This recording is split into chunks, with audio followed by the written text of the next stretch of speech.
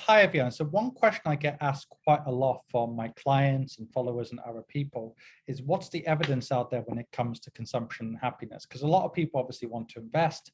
Many people want to retire early or achieve whatever they want to achieve, like financial freedom or, some security for their kids or whatever. But obviously a balance is sometimes needed. So one question I get asked a lot is what's the evidence between consumption and what you consume and happiness? And what's interesting about this particular study, which is in the Consumer Psychology Journal, is it's called Why Don't We Learn from Poor Choices? The consistency of expectation, choice, and memory clouds the experience that we have. And if I read the abstract here, it says, why do consumers need advice on how to spend their money to improve their enjoyment in life? Why don't they learn from daily experience? We propose that consumers' opportunity to learn from experience is impaired because of hedonistic experiences, which are fleeting. Once time has passed, consumers rely on their general knowledge to reconstruct what the experience must have been. And this experience, in turn has been influenced by that, hedonism. It sounds confusing, but basically all they're saying is, and we'll go through the article a little bit now, is that yes, you get a sugar rush from some consumption, right? If you buy, say, a really expensive laptop or you buy a really expensive car, yes, you do get that sugar rush at the beginning. Which is undoubtedly something that can continue, right, for hours or sometimes days, but then you get used to it. But what's interesting about this research is it shows that people are likely to actually look back on those experiences with rose-tinted glasses. And for example, when it comes to cars, they gave an example. So if we go down here on the article, it says that they asked University of Michigan undergraduates how they would feel driving a BMW, a Honda Accord, or a Ford Escort. And 0 was not happy at all, and 6 was very happy. And what they found is, if we go up here, basically, the prediction of the students was with a BMW, they'd feel happier than the Honda, 4.53 to 3.1, and happier than the Ford Escort. That's to be expected, right? The students expected that they would feel happier driving the more expensive cars. However, once they actually adjusted for things like, was it just hedonism at the beginning?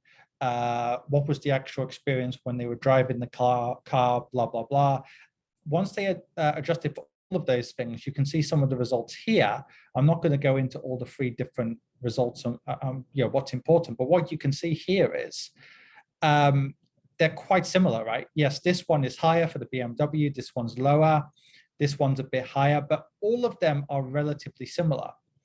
So if we were to actually be succinct and say what this piece of research shows, it actually shows that just thinking about having a luxury car, which is these people, the prediction, just thinking about it is likely, ironically, to make you happier.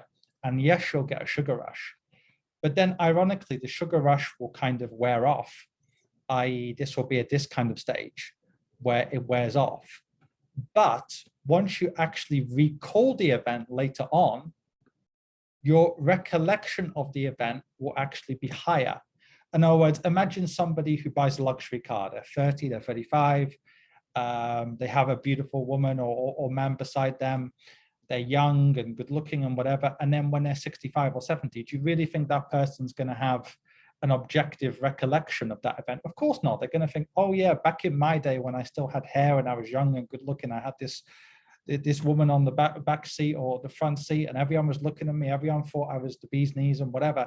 This is the point, right? This is what can explain the difference between this and this. So really their research shows that actually buying a luxury car won't make you happier, but the feeling or the expectation that you will have will kind of give you a sugar rush. And not only that, but once you actually look back at the experience, say 2 or 3, 4 decades later or whatever, it's true you're probably going to have rose-tinted glasses and your actual, recalled experience of the event is actually going to be better than the event itself.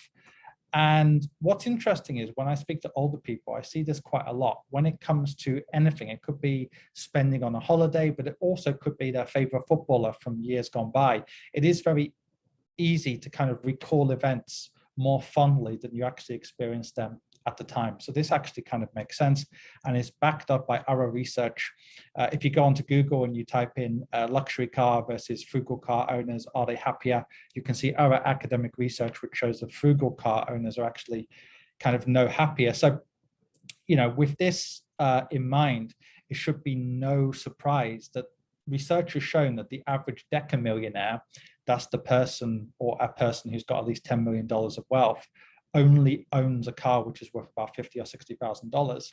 And I think one of the reasons isn't just because some wealthy people are quite frugal, which is true, but I think a lot of wealthy people as well have maybe gone through the experience of having a luxury car before, but then they've realized actually it doesn't really matter, right? I don't feel any happier when I'm in a luxury car or a frugal car or a mid-range car. I'm just having road rage, or I'm thinking about getting the kids to school on time, or I'm thinking about just mundane things. I mean, if you think about it, if you go in a car on a journey, you are not going to be focused on how good the car feels unless, you know, it's purely for pleasure, like you're renting a car for a holiday or something like that.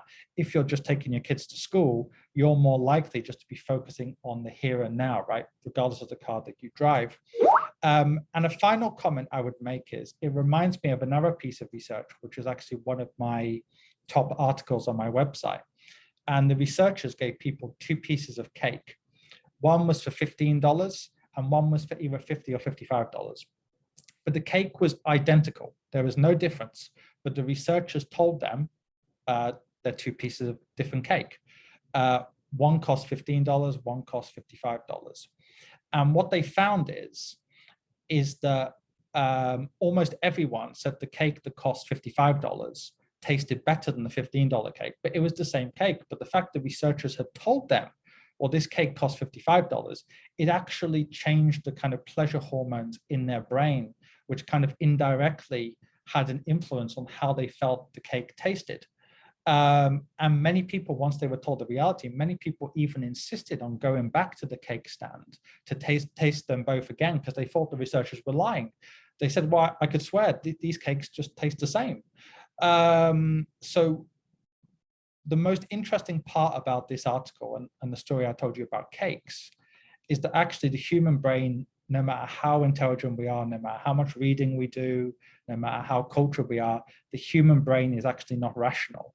Business school tells us that, all kinds of people tell us that, but actually the human brain more often than not plays tricks on us, right? So when we actually realize that, it's more likely we can at least, you know, make better decisions with our money. You know, if you know in advance, you know, spending money on a luxury car, it might give you a bit of a sugar rush. And yes, in the future, you might look back on it with kind of rose-tinted glasses, but in the moment, and most of the time you drive it, it'll be no different to any other car. If you know that in advance, it's more likely you won't actually buy one in the first place, which leads me on to something, and that's the most research out there shows that spending money on experiences is more likely to bring happiness than things. So, you know, going on holiday with that kind of long lost relative or friend or whatever, something like that, or the first time you played football or went to a hockey match with your kids or whatever it is, something like that is more likely to bring happiness than just buying luxury